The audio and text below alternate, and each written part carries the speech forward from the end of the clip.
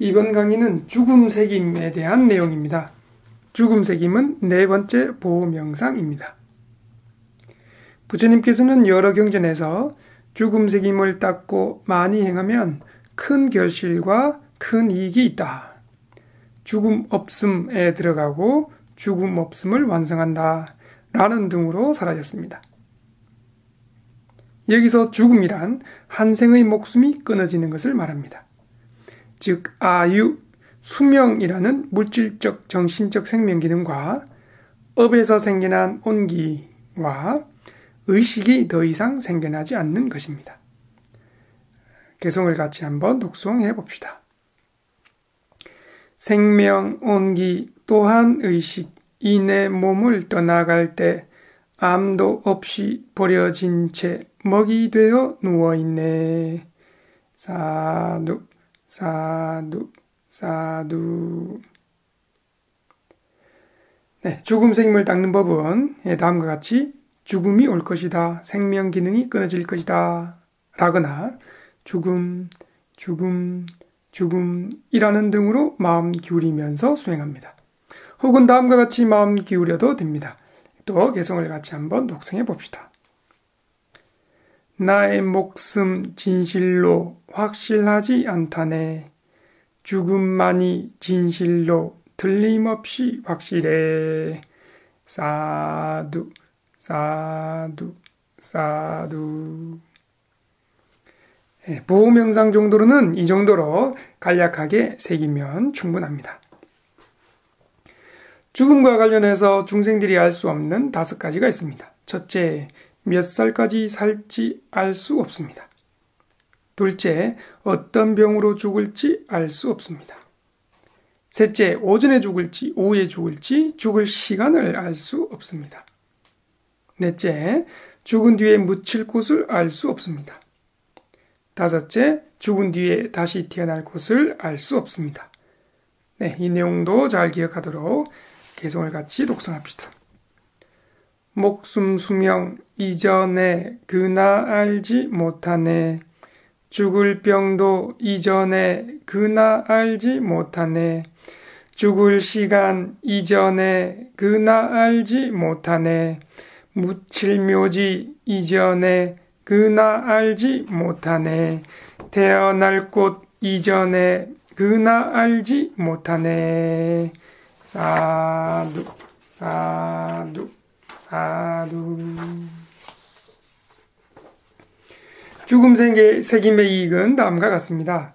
죽음 새김을 잘 실천하는 수행자는 방일하지 않습니다. 모든 존재에 즐거워하지 않는 인식을 얻습니다. 목숨에 대한 집착을 버립니다. 악행을 혐오합니다. 필수품들을 많이 쌓아두지 않습니다. 필수품에 대한 애착과 인색을 버립니다. 무상인식이 차츰 깊어지고 무상인식이 깊어지면서 괴로움인식과 무아인식이 확립됩니다. 죽을 때 두려워하거나 헤매지 않습니다. 이 생에서 열반을 증득하지 못한다 하더라도 다음 생에 선처에 태어납니다. 죽음 명상과 관련하여 일화 하나를 소개하겠습니다. 부처님 당시 한 정신사는 아들을 잃고 슬픔을 참을 수가 없어서 매일 화장터에 가서 울며 통곡했습니다. 부처님께서는 그가 깨달음을 얻을 인연이 무르익었다는 것을 아시고 그 정신사의 집으로 가셨습니다. 정신사는 부처님께 의경 올린 뒤 한쪽에 앉았습니다. 부처님께서는 장자여 왜 슬퍼하고 있습니까? 라고 질문했습니다. 부처님, 아들을 잃어서 슬퍼하고 있습니다. 장자여, 부서지기 마련인 법은 부서집니다. 무너지기 마련인 법은 무너집니다. 그렇게 부서지고 무너지는 것도 한 집에만 국한된 것이 아닙니다.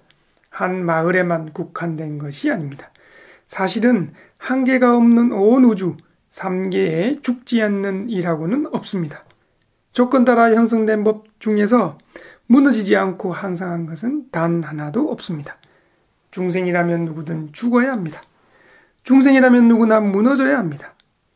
과거 지혜로운 이들도 그들의 가족이 죽었을 때 죽기 마련인 것은 죽는다, 무너지기 마련인 것은 무너진다라고 올바르게 숙고하면서 슬퍼하지 않았다고 합니다.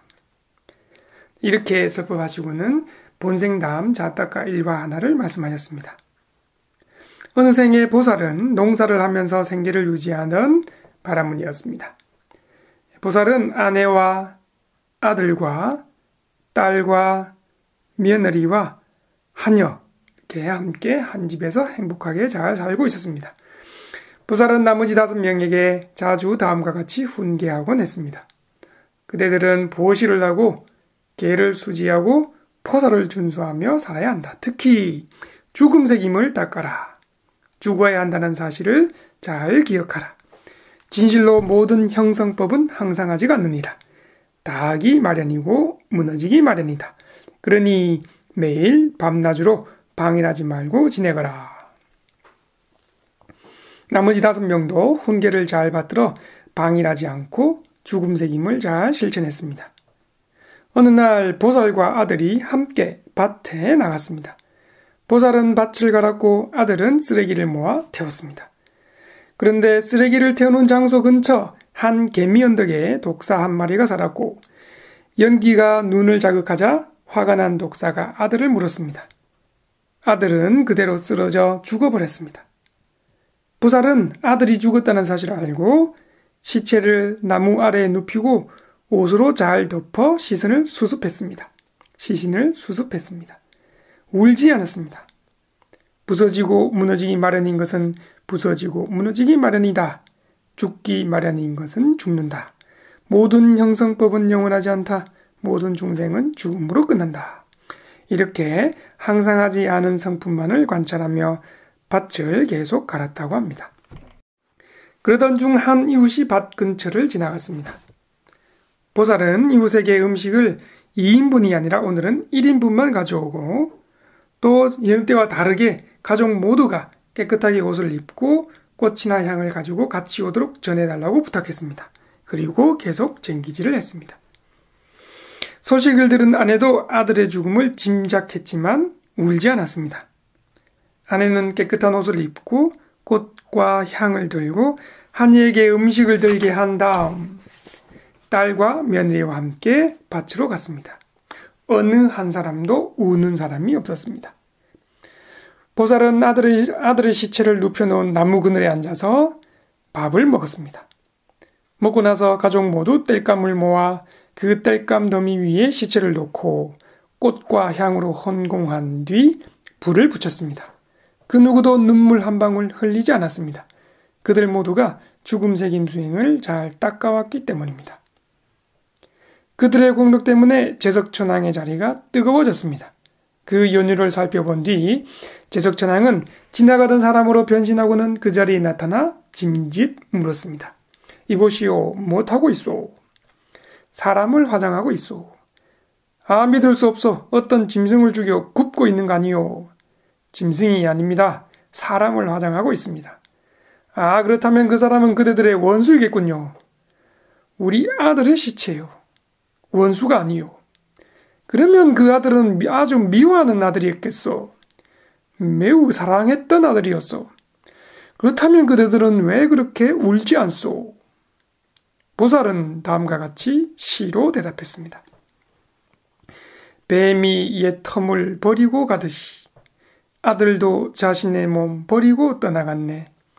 그의 몸은 이제 느끼지도 못하고 아들은 죽어서 저승으로 가버렸네.